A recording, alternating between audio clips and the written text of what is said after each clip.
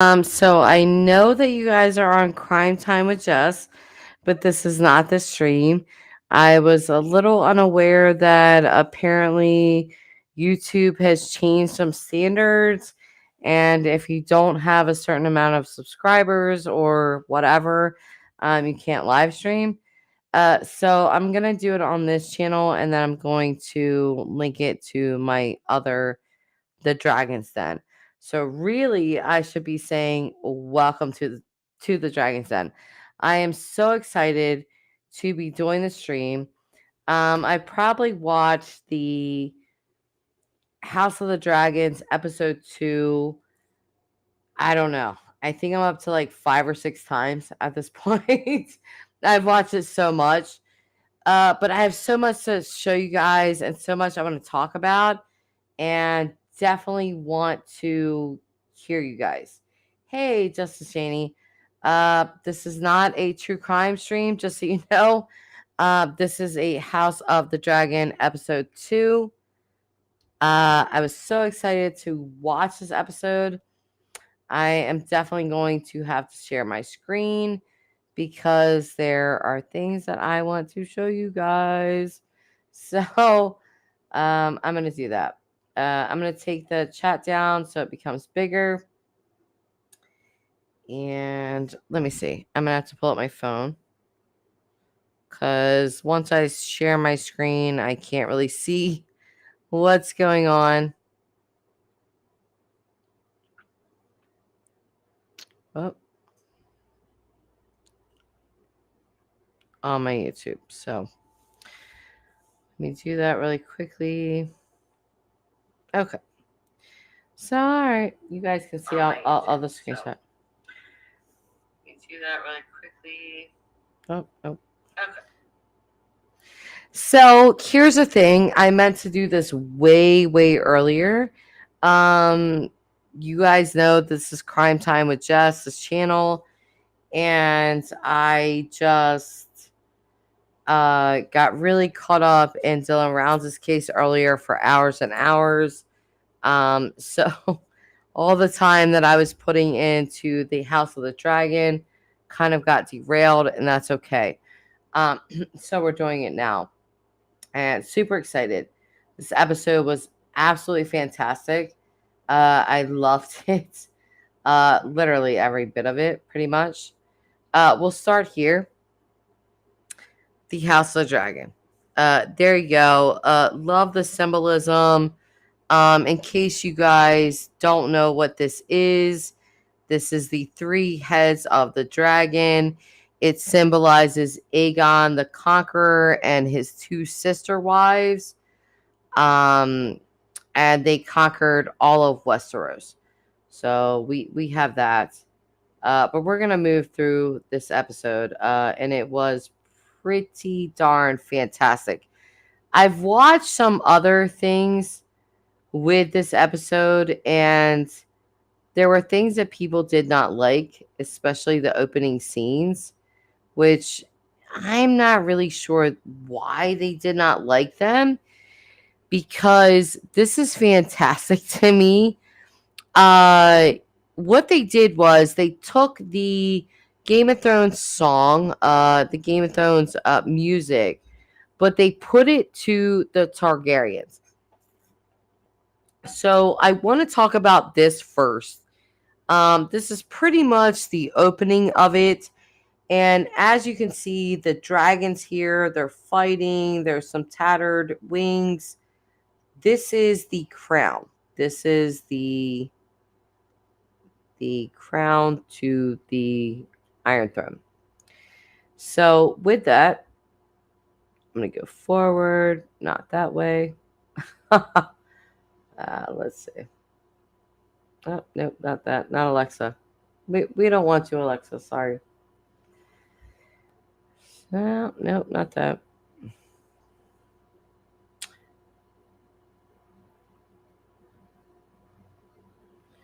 So yeah, it showed the dragons. It showed blood running through all of that, and I seen people like sort of hating on it. but I'm not really sure why.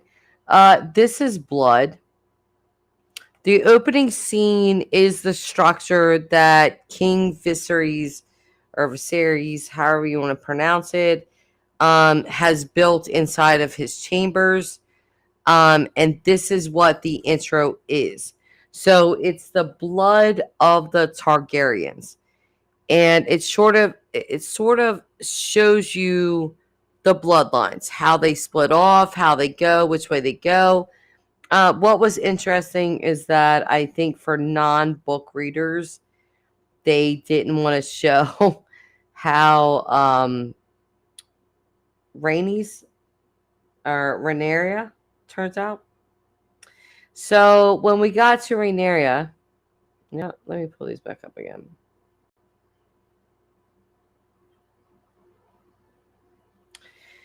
This specific symbol in the intro, if you guys have ever watched Game of Thrones, know anything about it, you know that they love to throw little Easter eggs in the intro.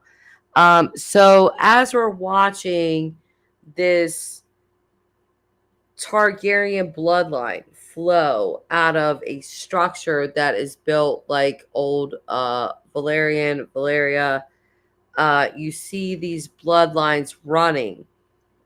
And this one symbolizes Rhaenyra. So Rhaenyra, a key piece in the House of the Dragons. This symbolizes her. This literally was pretty much the necklace that Daemon put on her in episode 1.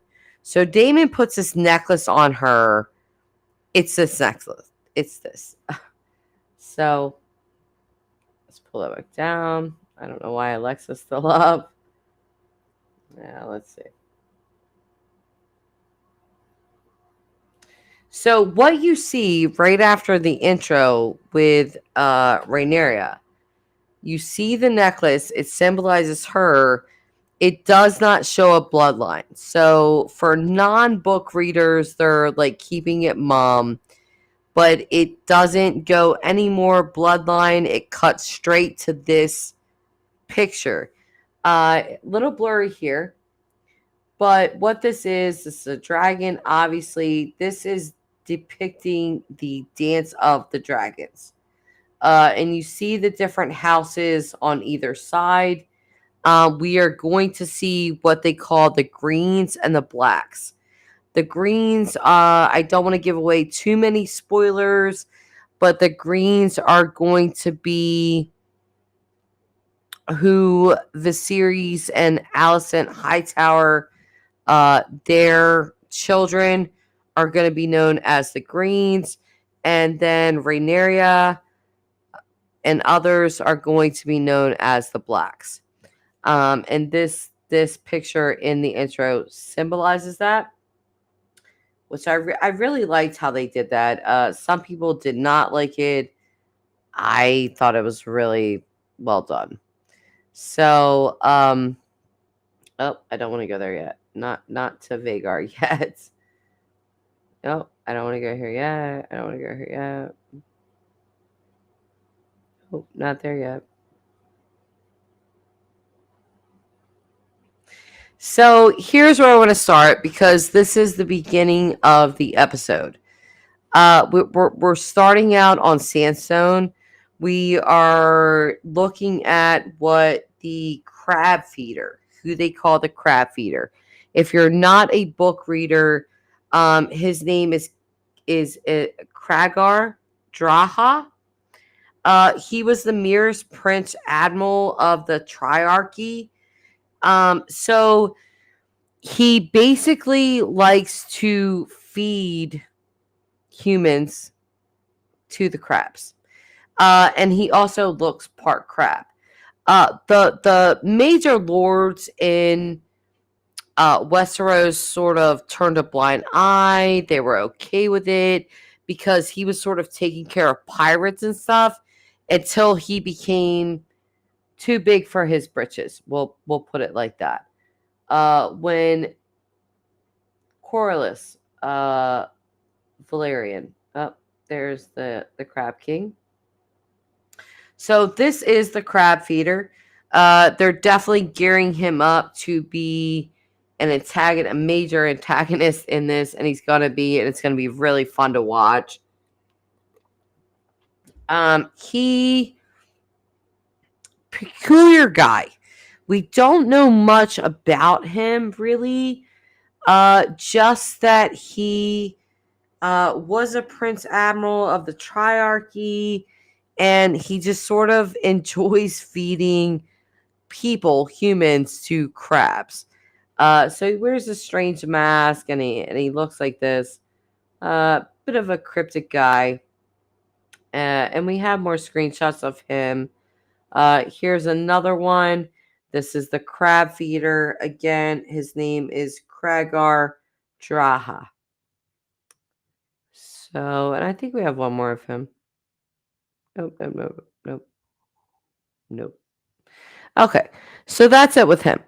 We'll move on to this because there's highlights in this entire thing. Okay, so we did the intro, showing where the bloodlines were running through all of that. And then we're gonna move on to something else. Emma in episode 1, Emma Targaryen died brutally. Brutally. If you're not a Game of Thrones fan, you might not be used to this brutality. But if you are, you're used to it. So she was viciously cut open, and her child, who was thought to be a male, it turned out to be, he was going to be the heir. They cut her stomach straight open, no nothing, and literally ripped a child out of her. And unfortunately, she died, and so did the child. This is Rhaenyra. Oh, nope, wrong picture. Back down with that. Sorry. I had her up, and then she disappeared. I love that look by Rhaenys, by the way, but we'll get there. We will get there. So, this is Rhaenyra. This is who King Viserys named his heir. It is highly unusual. In fact, it's never been done in Westeros. This is King Viserys. This is Princess Rhaenyra's father. He names her as his heir, which we're talking about a very patriarchal society. Queens do not sit atop the Iron Throne. It must be a male. So for him to do this, a really big deal. Go on with this. There's a lot that happened in this episode, which was such a great episode. I could probably talk about it for hours. Go through all these screenshots. Nope, that's not what I want to do. Okay, hang on a sec. So there's Viserys, yeah.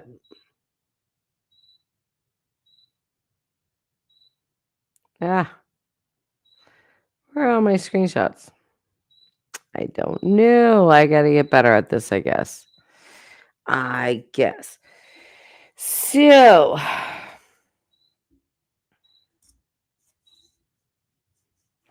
So this would be Cloris.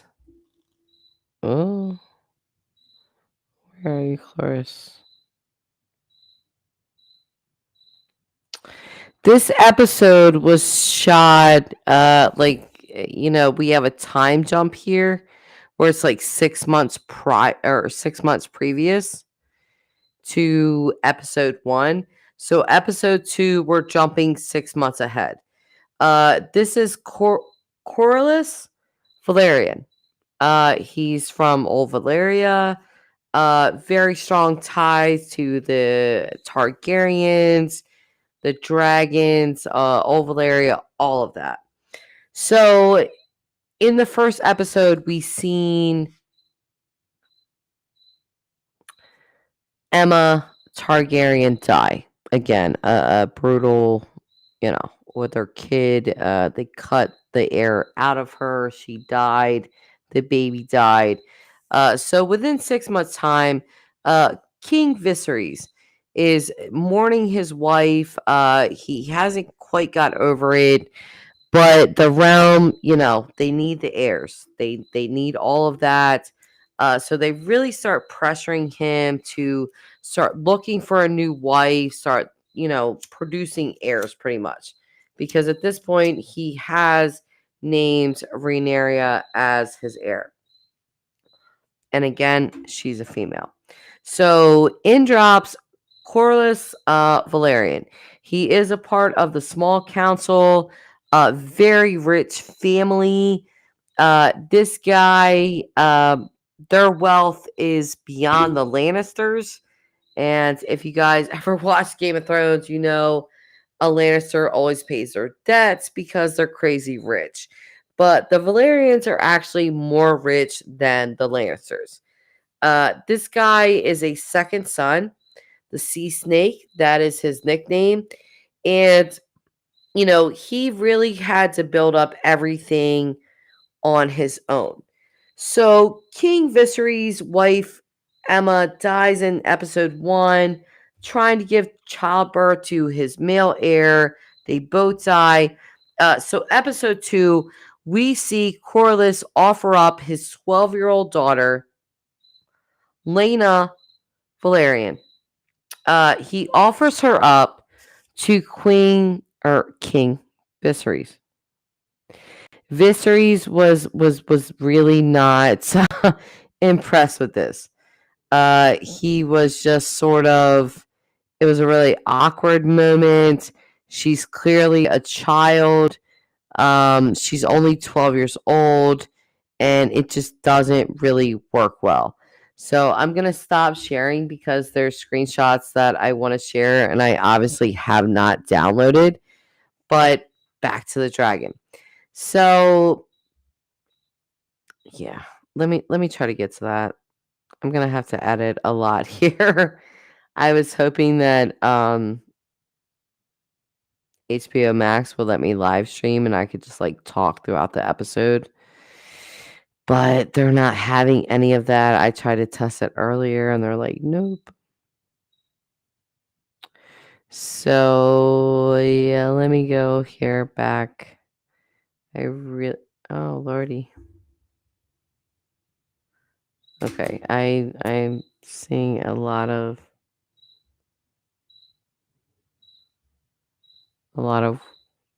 weird stuff on my YouTube.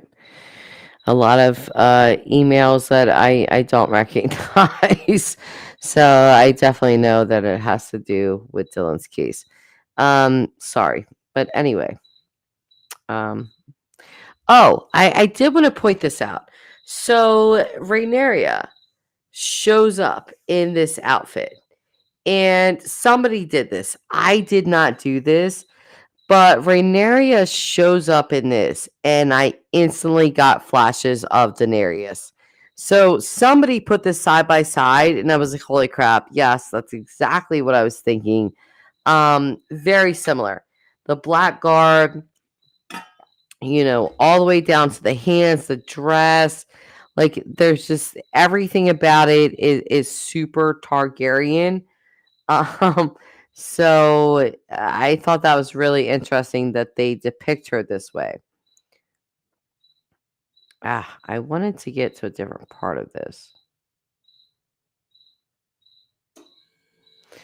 So in this episode, Daemon Targaryen decides, in episode 1, we see him banished from King's Landing. King Viserys, his brother, is like, get out of here, you're done. Basically, he's sick of his crap. So Daemon, Daemon goes to Dragonstone. He's a Targaryen. Of course, he's going to go to Dragonstone. I've seen different takes on this, but what I see from Daemon is a person that he's an antagonist. He loves it. He absolutely loves it. I'm not sharing my screen. Let me do that. Sorry. I'm talking all about this. I'm not sharing my screen.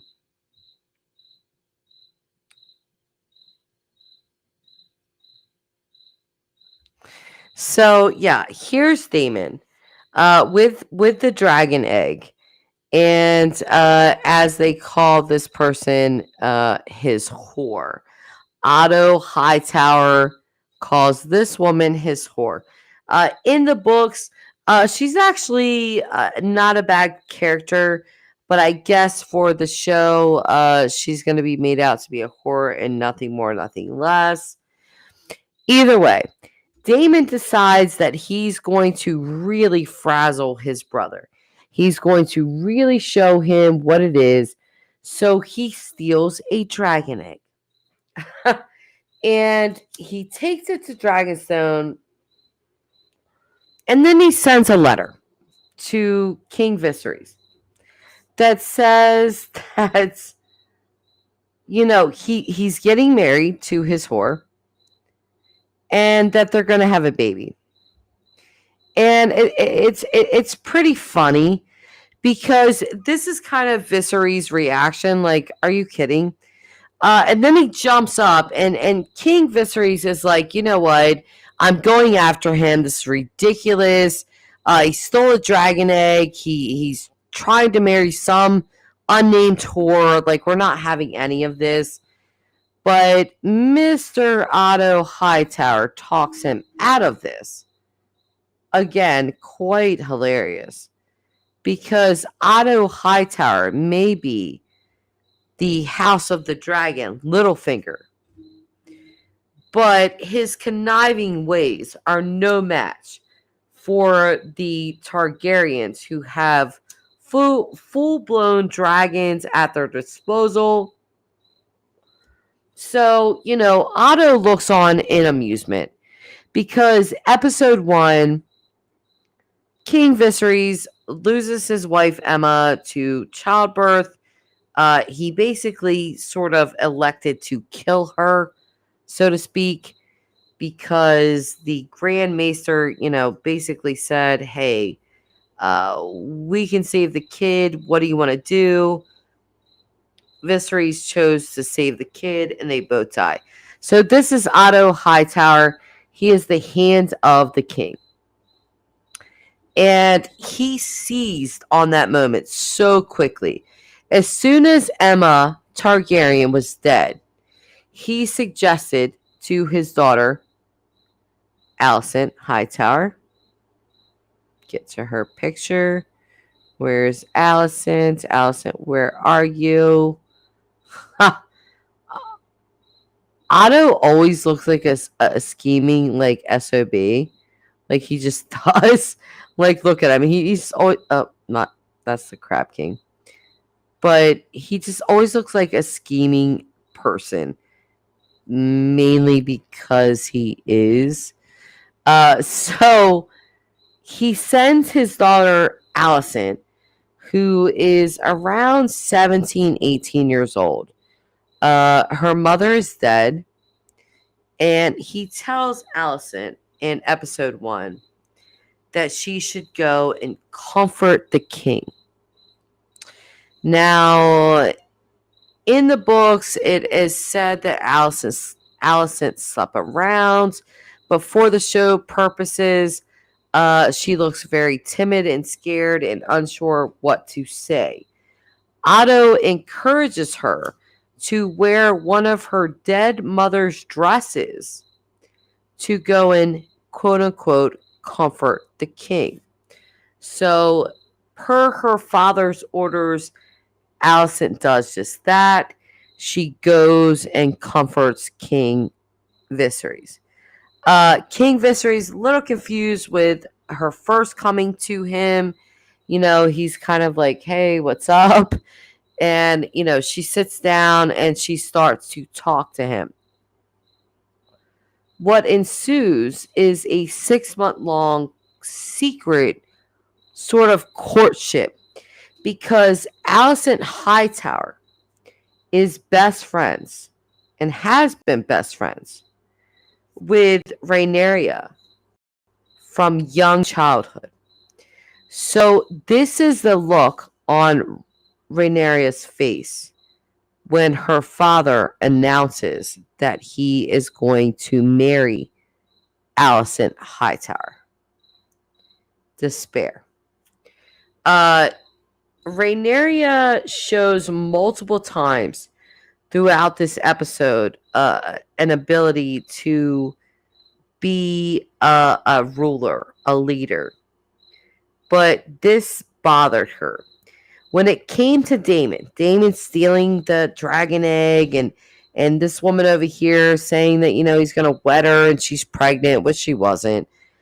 He wanted attention. He wanted a reaction from his king, from his brother, because his brother Viserys named Rhaenyra the heir, and Daemon absolutely felt like he should be the heir as the male, the highest ranking male in this show. But Viserys passed over him, and he went to his eldest child, which is Rhaenyra. What's interesting about this dynamic is that you would expect Daemon to hate Rhaenyra, but he doesn't. He is her uncle, and if you guys know anything about Game of Thrones, incest is extremely common. If that's triggering for you, I'm sorry, but that's just the way the show goes, especially with the Targaryens. So Daemon Targaryen is Rhaenyra's uncle. He has a lot of love and compassion for her. So even though he skipped over and Rhaenyra is named as the heir, which again, for a female, is just unheard of, he can't bring himself to hate her. So he pulls a stunt where he steals the egg and yada yada yada. And what happens? King Viserys he's pissed. He hears of this. He's looking at this and he's like, okay. He jumps up and he's like, I'm ready to go. I'm ready to go there. I'm ready to confront Daemon. But Mr. Otto Hightower steps in as usual and advises him against that. It says, no. This is much too dangerous for you, my king. I will go. So Otto gets all prepared. He takes the King's Guard with him. And what ensues is quite hilarious, because Otto is no match for Daemon Targaryen. Okay? Especially not on Dragonstone. Otto may be hand of the king, but he's just no match. Like, once the dragons come out, it's like everyone that doesn't have a dragon is completely irrelevant. So, Otto attempts to go to Dragonstone and confront Daemon and get back the dragon egg.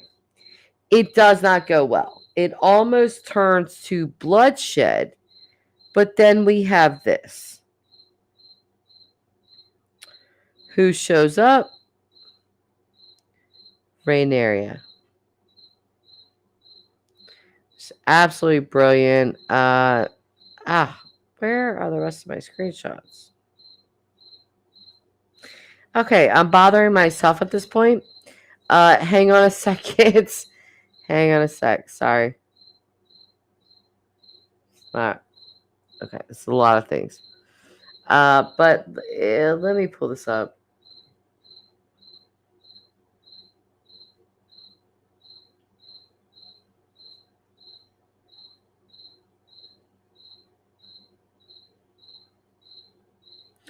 Oh, somebody copyrighted claim me or something. Shocking. Anyway, I don't really care. Oh, there's a lot of things on here. Hang on, I'm trying to find all the screenshots that I sent to myself. Oh, I'm looking at a lot of emails I haven't even seen yet. Okay.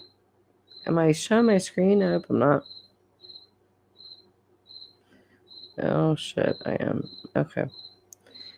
Sorry. I wasn't meaning to do that. Christ Wrath. Yeah, it's a weak storyline so far. I think it's a money grab. HBO just need to fill a time slot. I'm gonna fully disagree, Christ Wrath. You know I love you to death. I absolutely adore this so far. To understand this show, you really have to understand the history of all of this. So this started with Aegon the Conqueror. Um, Aegon the Conqueror with his two sister wives, Visenya and Rhaenyra. They conquer Westeros. Aside from Dorne, Dorne just was not easily taken, and it's still not. So they give like special privilege. I'm quite satisfied as a Game of Thrones mega fan. I was not satisfied with season 8, but with this, I absolutely love it. Um, Maybe it's because I'm a huge Targaryen fan. I don't know. Christ Wrath is saying Princess Rehydrenia Dragon is very tiny compared to Prince Philip's dragon. Okay, listen, Cyrax is Rhaenyra's dragon. Definitely not a tiny dragon. Actually a badass dragon. If we're really gonna go there. So, but let me find the rest of the screenshots that I sent myself. I can't seem to find right now. Uh, too many, too many emails I wasn't counting on. So I really want to get through this entire episode. I was so excited to watch it. It was just brilliant. I thought, um, like everything about it was just on point with the books.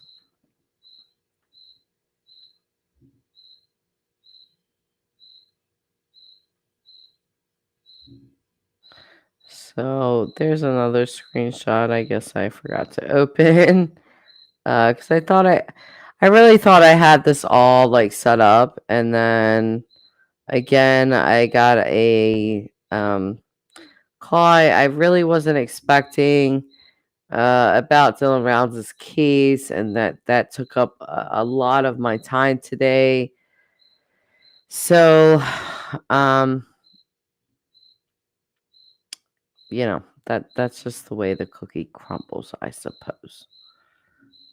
But I wanted to show a lot more things. Oh, there's some things that I didn't open. Not that, not that. Oh, yes, this for sure.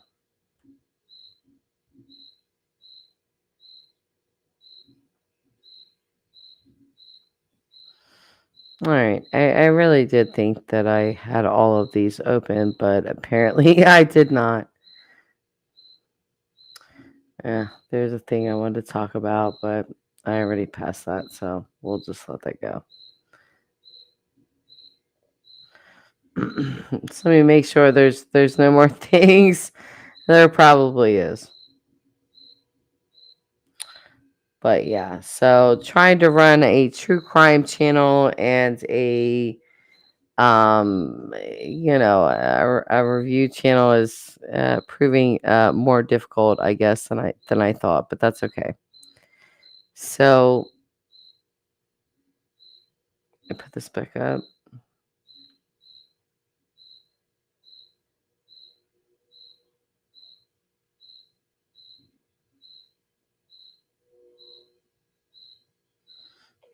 Oh, there was Rhaenyra's shape on her dragon, which was absolutely brilliant.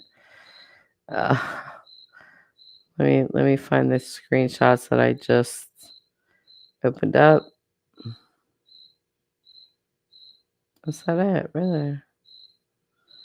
Maybe they'll only let me have so many open, I guess. I'm not sure.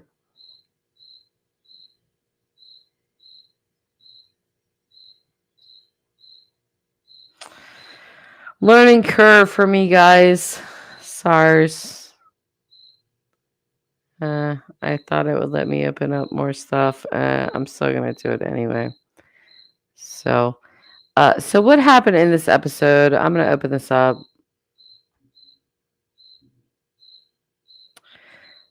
what's most important to a king, a reign is absolutely an heir.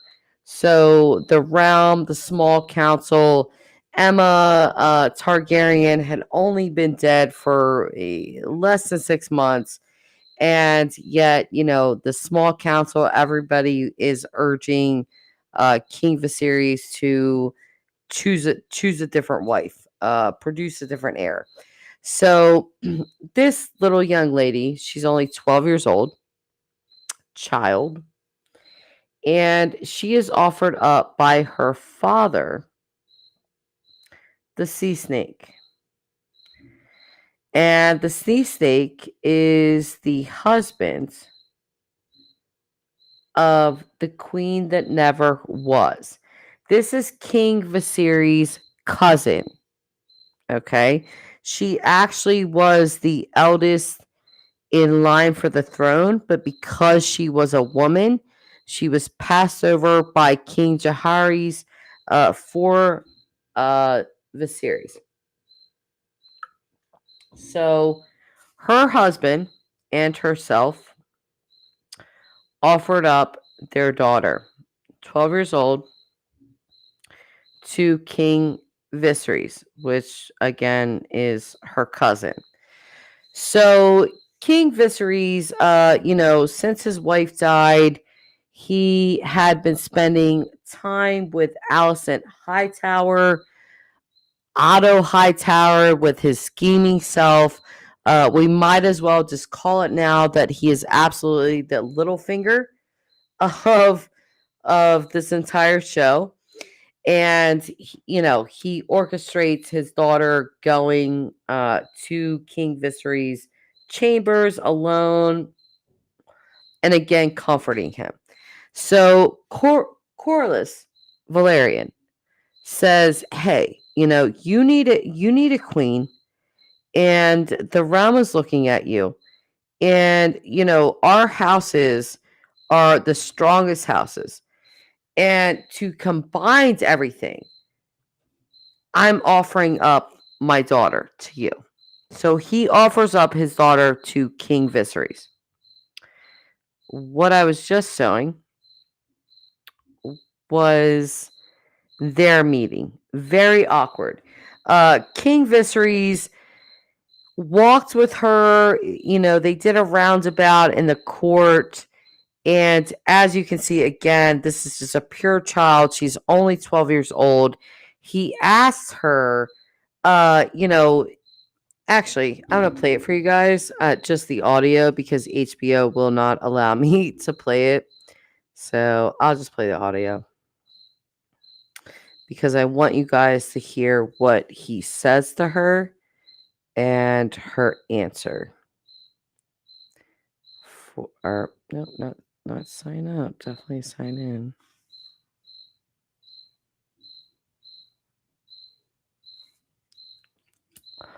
All right. So with this scene,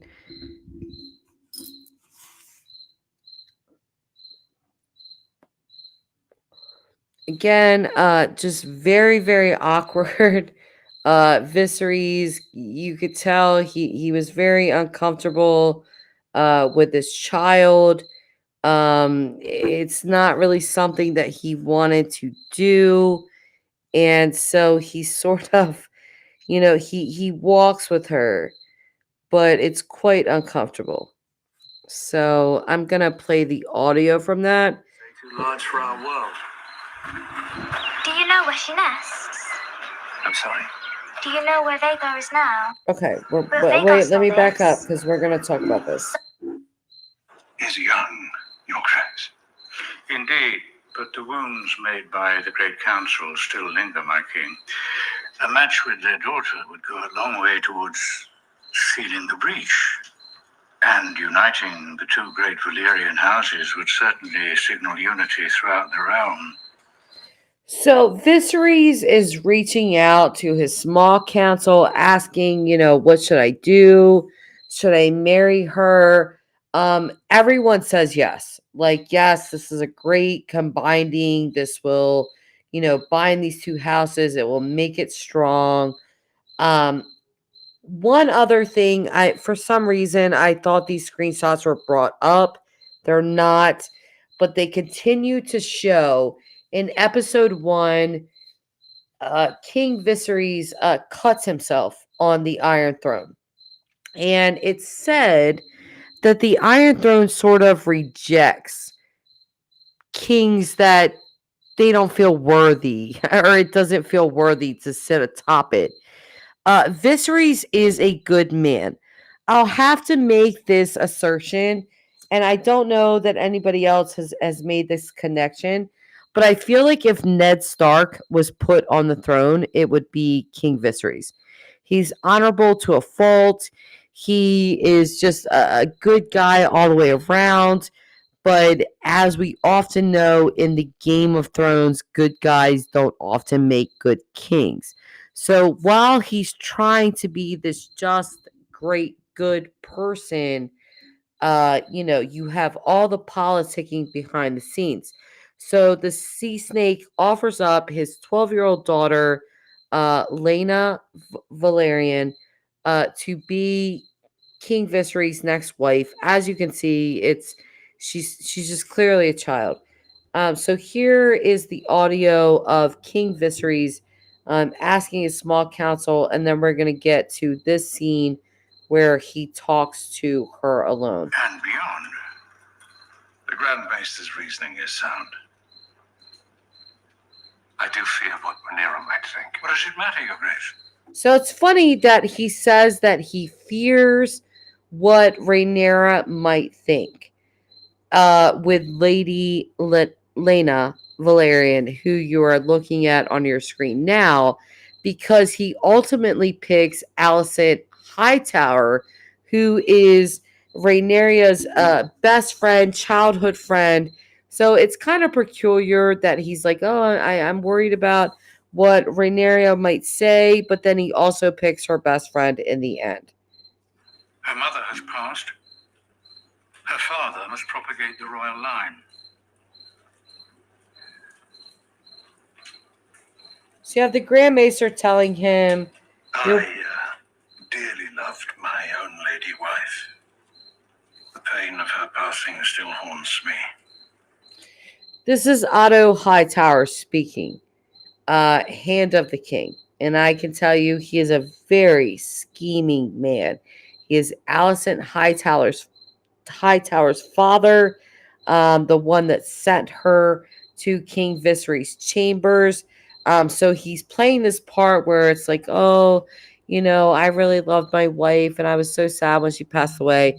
He absolutely has ulterior motives. And to be compelled to replace her for duty's sake.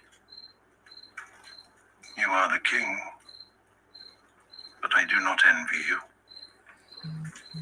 I don't think anybody ever envies the king because, like Viserys said, the Iron Throne is the most dangerous seat in the entire realm, and it's absolutely true. So Viserys just gives him a look. But here's where enters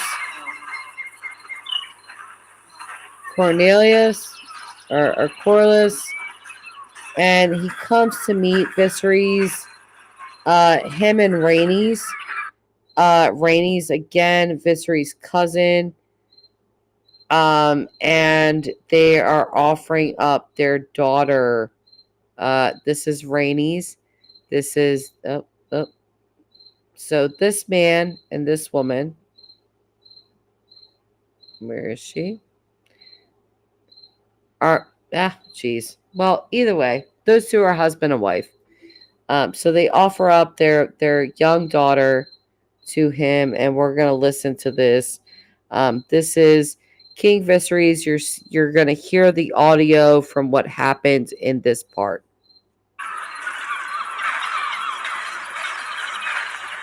What was it like flying the Black Dread? You were Balerian's last rider. Only for a short time, before he... So she's talking about Balerion the Black Dread. This is the dragon that you guys see, the big skull. down there in the Red Keep where Rhaenyra and Alicent Hightower gather with all of the candles. Balerion the Black Dread was the biggest dragon ever. The second biggest dragon is Vagar, and it is a she dragon. And you are going to hear Lady Lena talk about her. Died. With Balerion died the last memory of Valyria of old. But Vagar still lives. Somewhere. But too large for the dragon pit. Some would say too large for our world. Do you know where she nests? I'm sorry? Do you know where Vagar is now? The Dragon Keepers believe she made home somewhere on the coast of the Narrow Sea. The workers of Spice Town report hearing her song at times. They say it's a sad thing. I imagine even dragons get lonely. Your Grace, it would be a great honor to join our houses as they were in Old Valyria. I would give you many children of pure Valyrian blood so that we might strengthen the royal line and the realm. Is that what your father told you to say?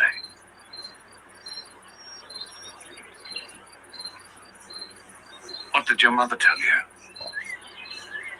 That I wouldn't have to bed you until I turned 14. That I wouldn't have to bed you until I was 14. So again, she's only 12 years old, and you know, her mother and her father are offering her up. This is not uncommon. This is what happens in Game of Thrones. It was the way of the times. So that happens. But Viserys is extremely uncomfortable with this. You could tell while he's walking with her, he is absolutely walking with a child, and he's just not feeling any of that. He knows that if he were to take this child bride, it would absolutely strengthen the Targaryen and the Valyrian houses and make a ultimate stronghold. But he's looking at her as a child. This is Alicent Hightower. This is Otto Hightower's daughter. Again, Otto is Hand of the King, so in all respects, the Hand of the King is always the second most powerful man in Westeros. And he sent his daughter to go comfort the king, and she's doing that. She was nervous, but in this shot, you know, she's really looking at King Viserys, not so fearful anymore. Just she likes him. She genuinely enjoys his company. And yeah, I don't know why all these crap guys are on here. I thought I did more than that, but I guess not. Maybe I should take these down. But Alicent was very interesting. Let me take these pictures down because maybe I can't. Maybe I can only hold so many, I guess. Hold on. I'm gonna let this play for a minute.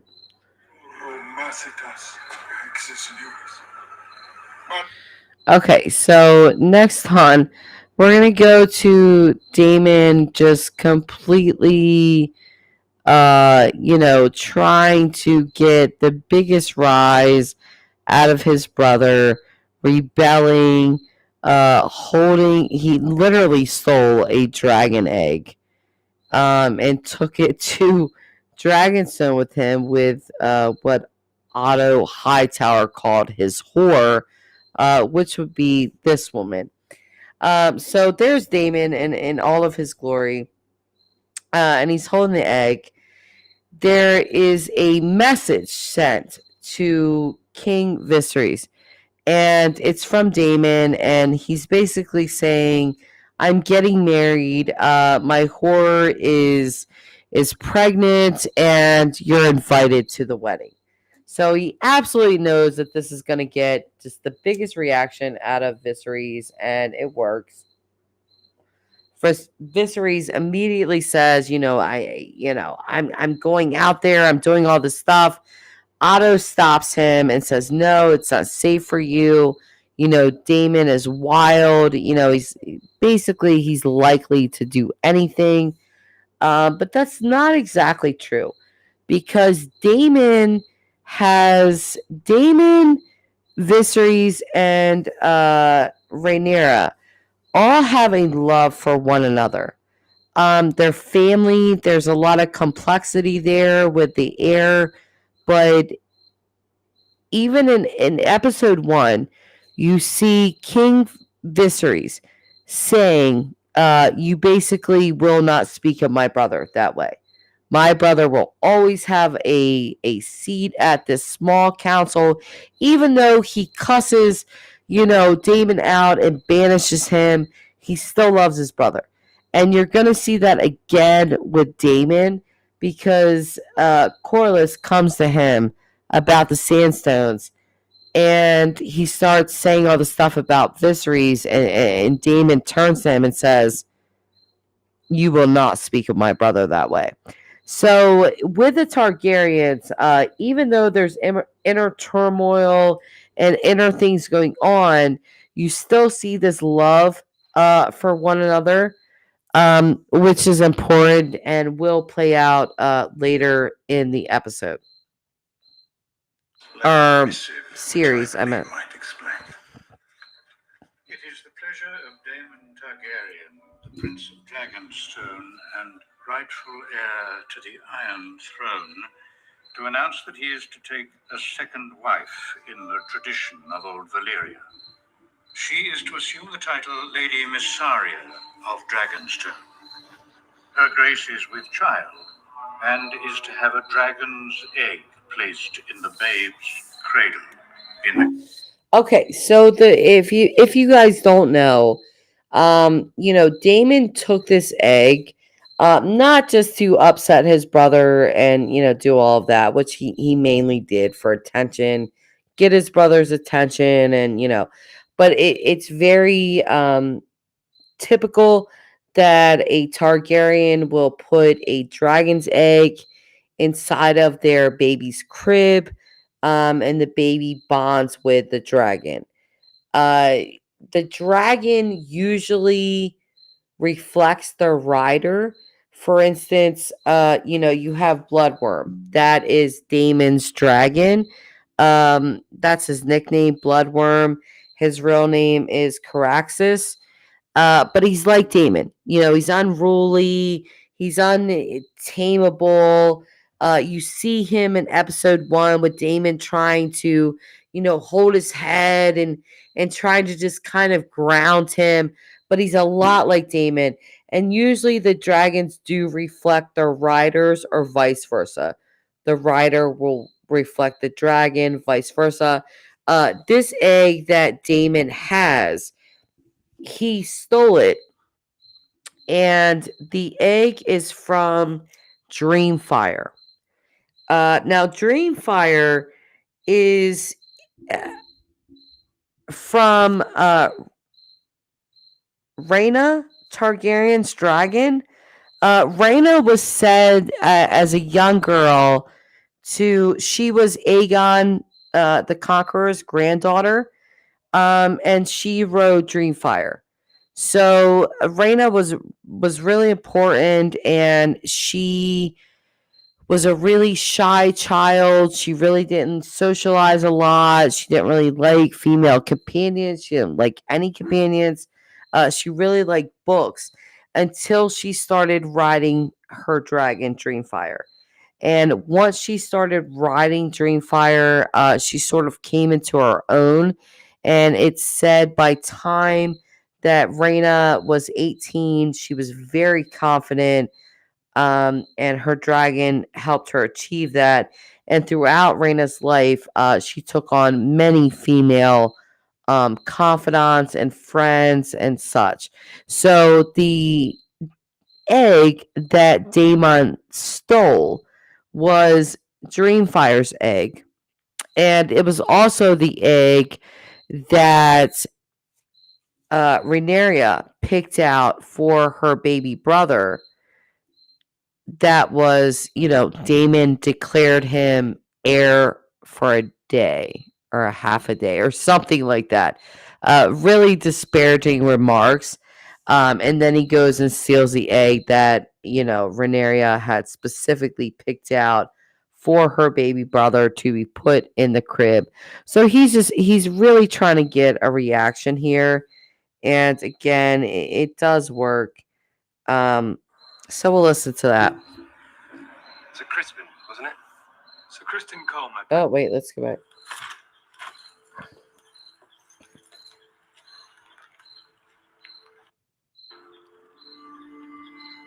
Lord Anne. Sahara will also join us. Hang on. So, again, Otto Hightower talks King Viserys out of going to Dragonstone. He says, let me go. Basically, I'll take care of this, which he's in no position to take care of this. In the books, it is said that Otto and Daemon had a falling out because Daemon took Alicent's maidenhead, basically her virginity. That's not confirmed, but that is what is said and why they hate each other so much. So we're going to listen in on what Otto says to Daemon, and then we're going to see Rhaenyra, pull up with Syrax, her dragon.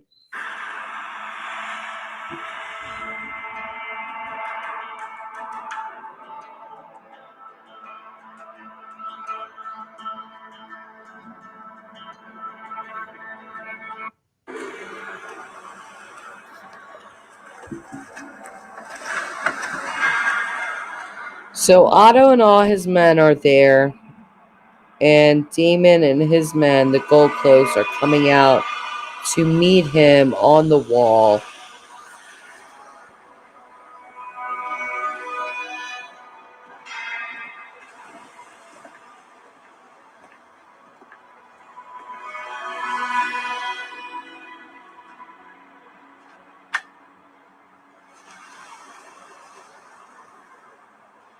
Welcome to Dragonstone, Otto. Your occupation of this island is at an end. You're to relinquish the dragon's egg, disband your army, banish your whore, and leave Dragonstone by order of His Grace King Viserys. Where is the king? I don't see him. His Grace would never lower himself to entertain such a mummer's farce. And that's a lie, because His Grace, absolutely, King Viserys wanted to go, but again, Otto Hightower, the Hand of the King, talks him out of this. And then when he, confronts Daemon, he basically says, like, oh, King Viserys would never lower himself to this, even though he was very willing to do that. So. And leave Dragonstone by order of His Grace King Viserys. Where is the king? I don't see him. His Grace would never lower himself to entertain such a mummer's Lies. farce. Sir Crispin, wasn't it? Sir Criston Cole, my prince. Ah, yes, apologies. I couldn't recall. Perhaps my prince recalls when I knocked him off his horse. Very good. This is a truly pathetic show, Dame. Are you so desperate for the king's attention that you've resorted to skulking about like a common I'm cutpurse? simply keeping with the traditions of my house, the same as my brother did for his heir. Those traditions are for the true-born children of royalty, not for bastards fathered on a common whore.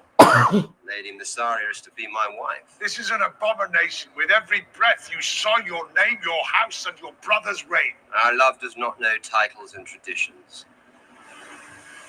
And what of you, men of the City Watch?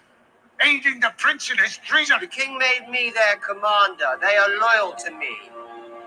You've come for the egg. Here it is. Are you mad? See him with it. You never survived this. Well, happily, neither would you. To choose violence here is to declare war against your king. Wonderful. King. Even if it ends in the death of your unborn child and its mother.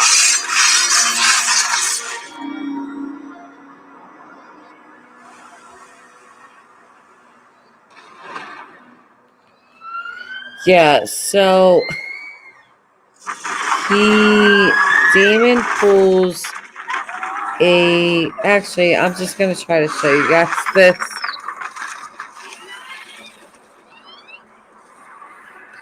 Such a badass scene. I hate that HBO won't allow me to like show it, but I'm going to show it. So bad, Jessica, so bad. Either way, I'm going to show it. So this is what happens. That's Bloodworm.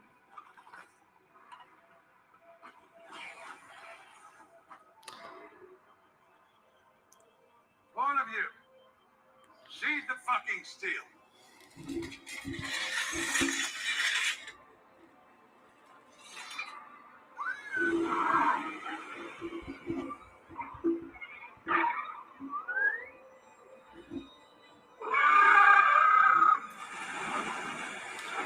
So here comes Rhaenyra pulling up as a badass.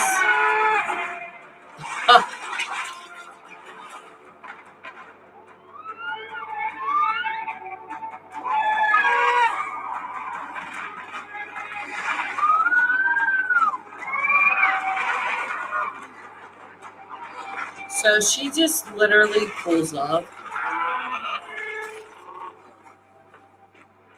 I love Damon's face here. And there's Rhaenyra.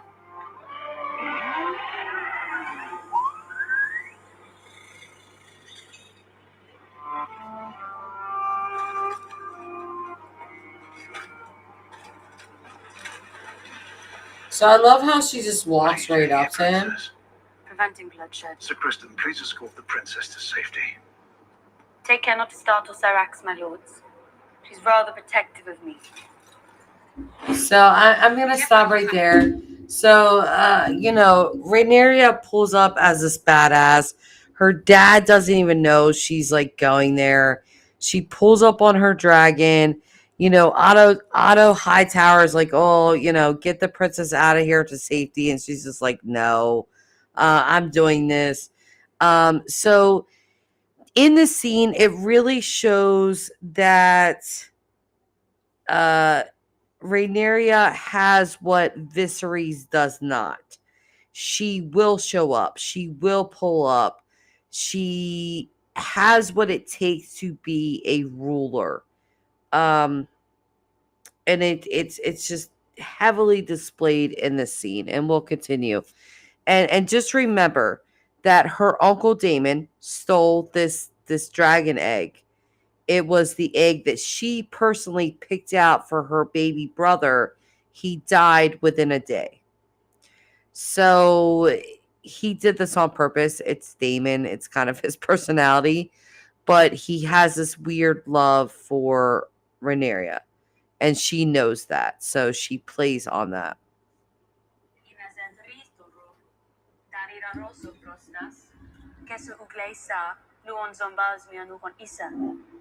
Io se la fosse euro da or. Rosso dari o ikida. Indari onorion da or.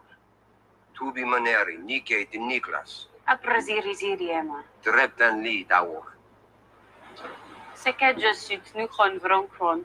Dromon laudigon ao belvitas. Ripozzato sono in masen pilo vule. Conir nuho ruho suttailan.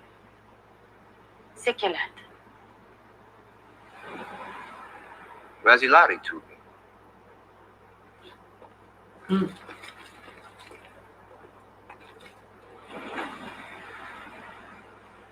I'm right here, Uncle. The object of your ire. The reason that you were disinherited. If you wish to be restored as heir, you'll need to kill me. So do it. And be done with all this bother. I love Damon's response to this because he's definitely not going to kill her.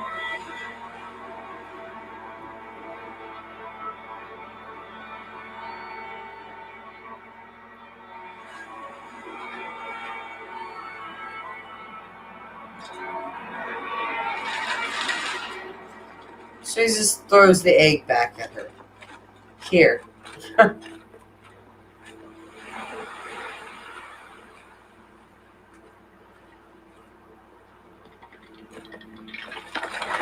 So that part is significant because there's really no one else that could have pulled that off besides Rhaenyra.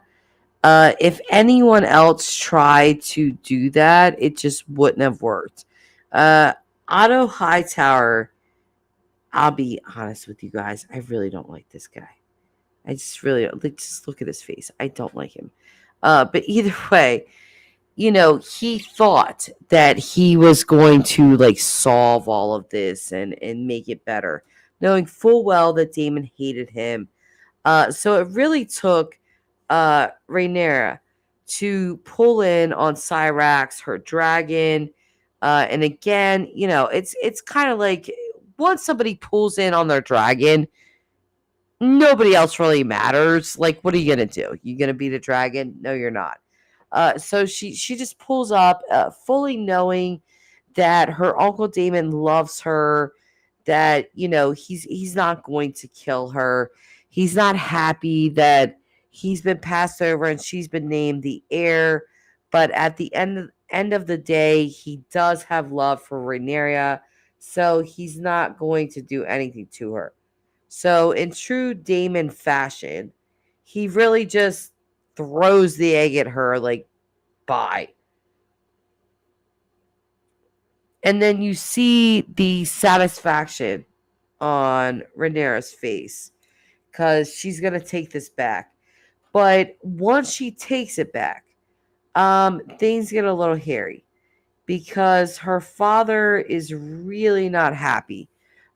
She is his heir, his only heir at this point, and she didn't tell him that she was going to Dragonstone.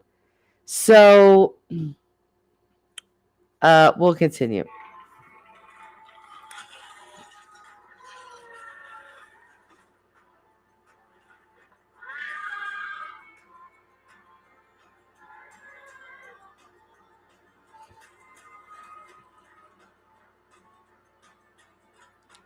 So you see Daemon pissed off. He's just like, screw it, I'm done. Like, you know, he's not gonna fight with or do anything to Rhaenyra.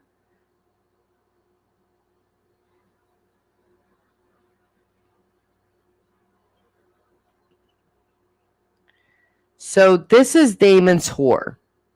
And this is funny because I'll remind you guys again that he sent this letter back to King's Landing to his brother, like, hey, I'm getting married. You're welcome to my wedding. And also, you know, my girl is like pregnant. It's all a lie. It's just Daemon again, like wanting attention and wanting his brother to acknowledge him.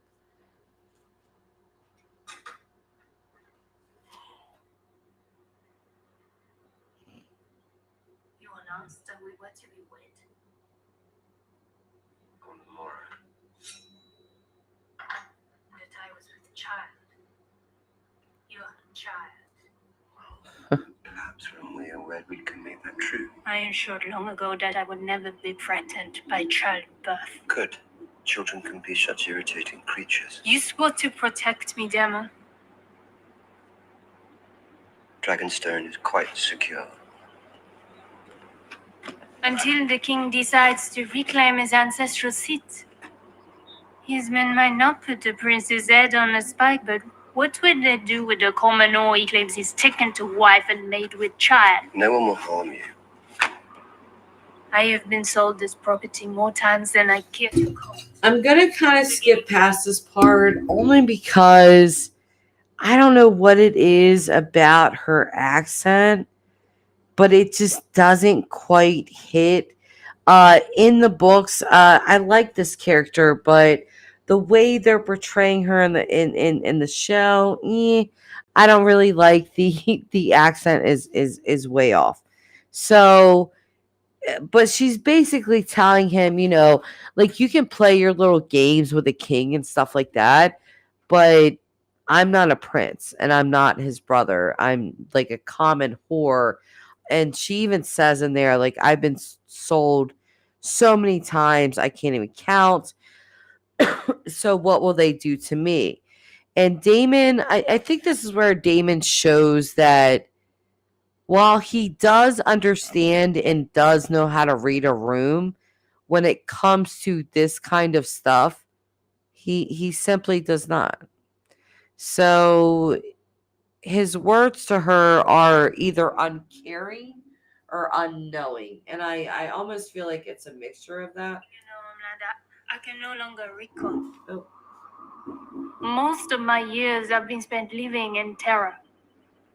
You're safe with me, I swear it. You are Targaryen. You can afford to play your stupid games with the king, but I cannot. I didn't come into your service wanting gold, the power, the station. I came to you to be liberated. Liberated? From what? Liberated from what? Fear.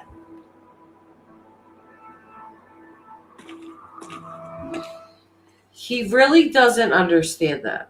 That doesn't really compute to him. So it shows a disconnect. But we'll continue on, I guess.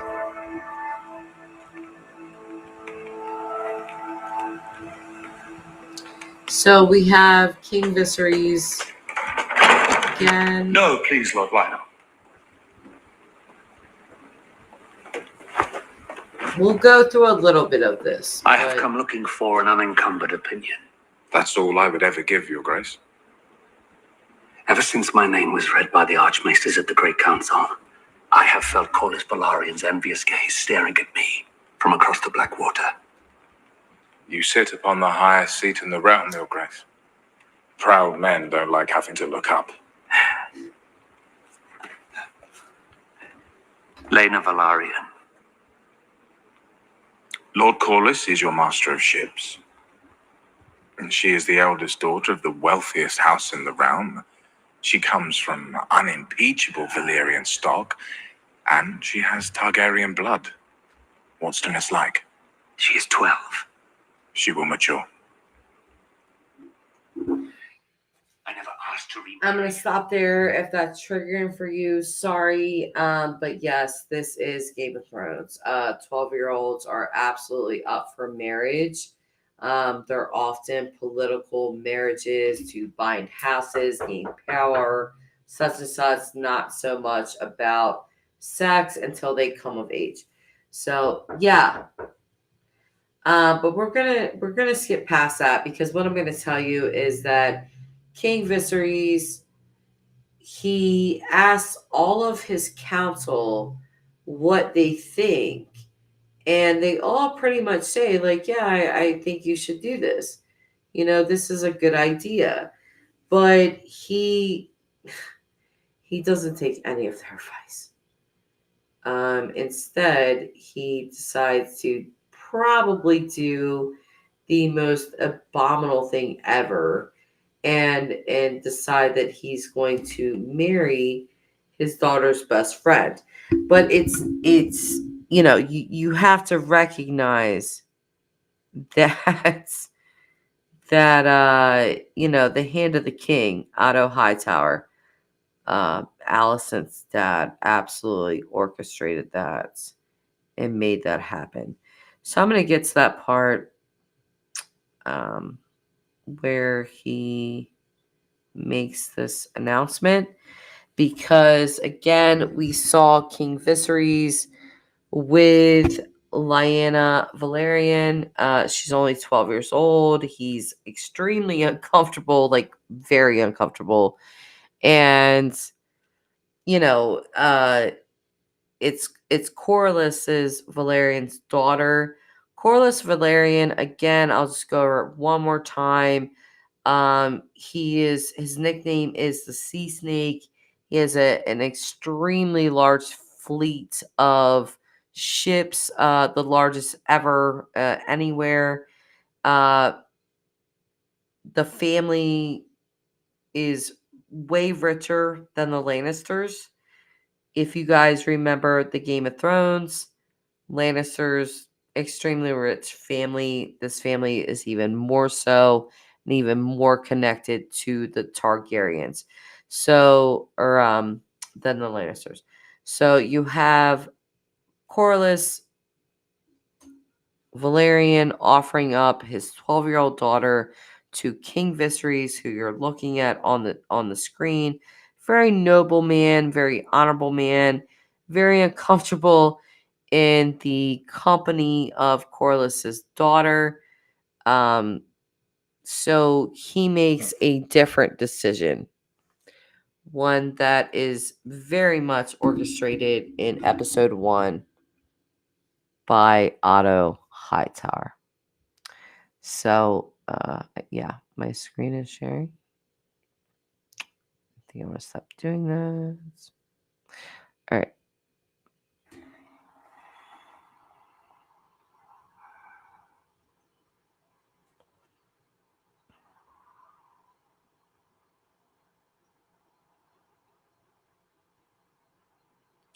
So here's I where intend to marry.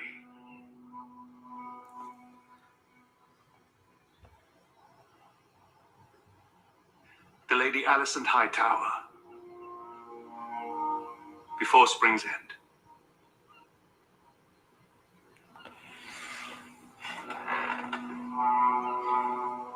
This is an absurdity. My house is Valerian, the greatest power in the realm. And I am your king.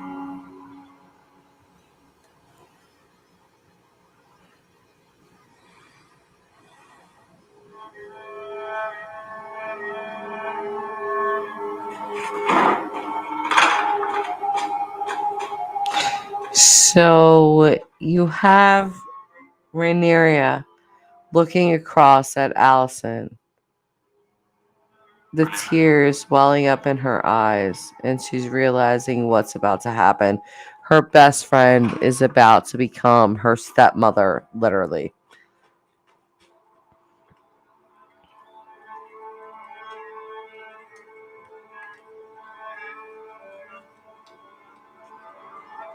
Crabman features. So those were the major highlights. Oh, we'll go back to this.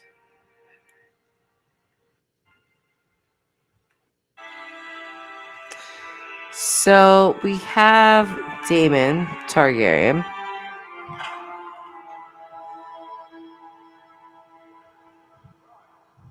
Or Viserys, I'm sorry. Everybody's filling in. He's not really. He's looking all solemn. Good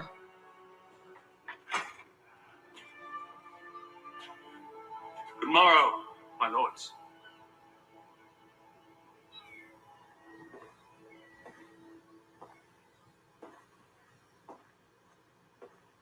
Ah, phone screen. I have decided to take a new wife. Ah.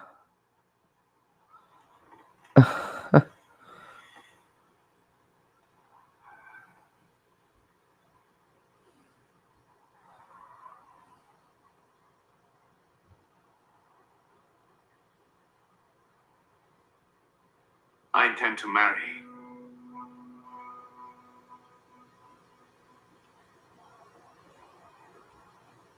The Lady Lady Alicent Hightower. Before Spring's End.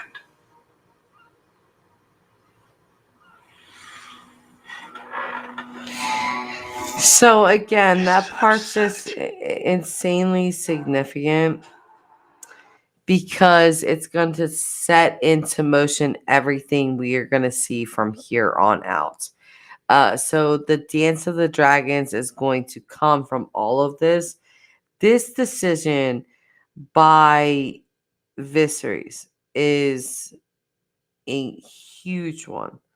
I would definitely say that the biggest one of his reign. And then to top it off, we just have Daemon and Corlys Velaryon. Corlys kept coming to Viserys and saying, hey, we have this big problem on Sandstone. You know, the crab feeder is, doing all this stuff. And Viserys like, oh, we got to take care of. I'm sending this and this. But Corlys doesn't really trust that.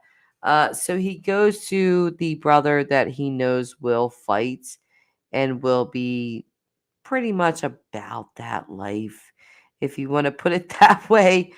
So he goes to Daemon, and Daemon absolutely takes him up on it because he can't resist. So I wasn't aware you had a king for a brother. We're both men who have had to cut our own way through the world. and he appeals to him this way, as a second son. Did you call me to Driftmark to remind me of my low standing, Lord Corlys, or was there some other reason? You've heard of the troubles in the Stepstones. Crab feeder. Which prince is feeding Westerosi sailors to the crabs? I've been petitioning the king to send my navy into the territory, but he's denied me. It was never my brother's strongest trait. What? Being king. Being king. Brilliantly said. So you have Daemon there just saying, my brother doesn't make a good king.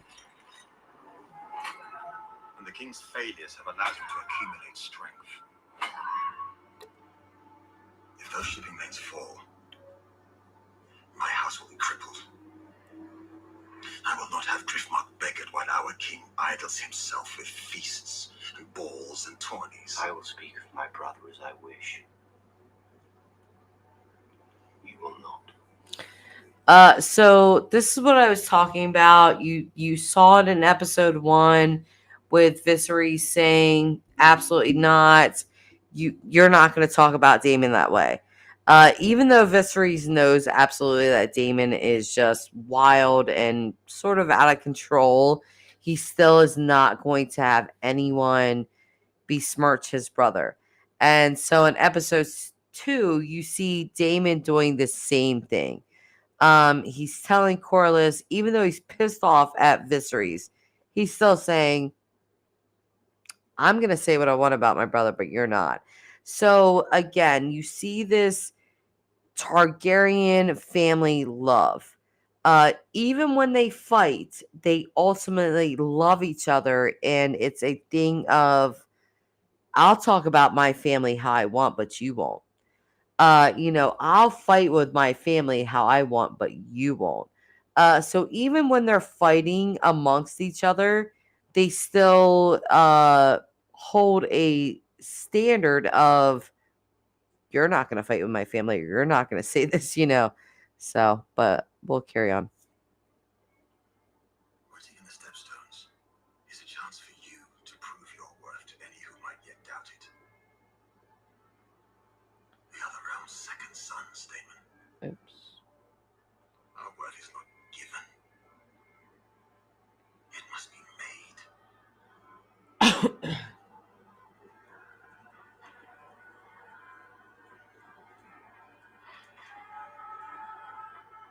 Crab feeder. Crab king.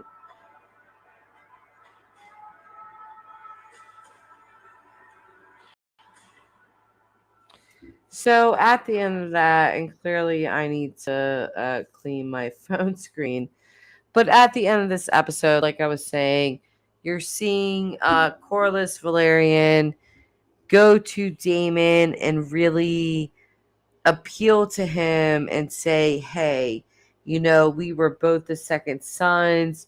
Nothing was ever given to us. We have to take it. We have to earn it. So he appeals to Daemon that way, but I don't even think he needed to do that because Daemon just loves a good fight. So, you know, what Viserys won't do, Daemon absolutely will. Does Viserys make for a great king, or does Daemon make for a great king? One must ask themselves, because it depends on how you view things. You know, I personally think that King Viserys is a very humble, noble, nice guy. Makes mistakes, but he's just not a terrible person. But Daemon has the potential to be both really good and really bad. So it's kind of like, what do you want? Do you want a guy that's even keeled or a guy that's up, down, up, down, up, down? What's most interesting to watch or read about is clearly Daemon. He's up, down, up, down. You don't know which way he's going to go. Viserys, you kind of know where he's at. You might see him step on a line here and there and do things you wouldn't expect of him, but overall, he's sort of predictable. I've seen some people say that they felt that this episode moved too fast. I do not. I'm not of that opinion.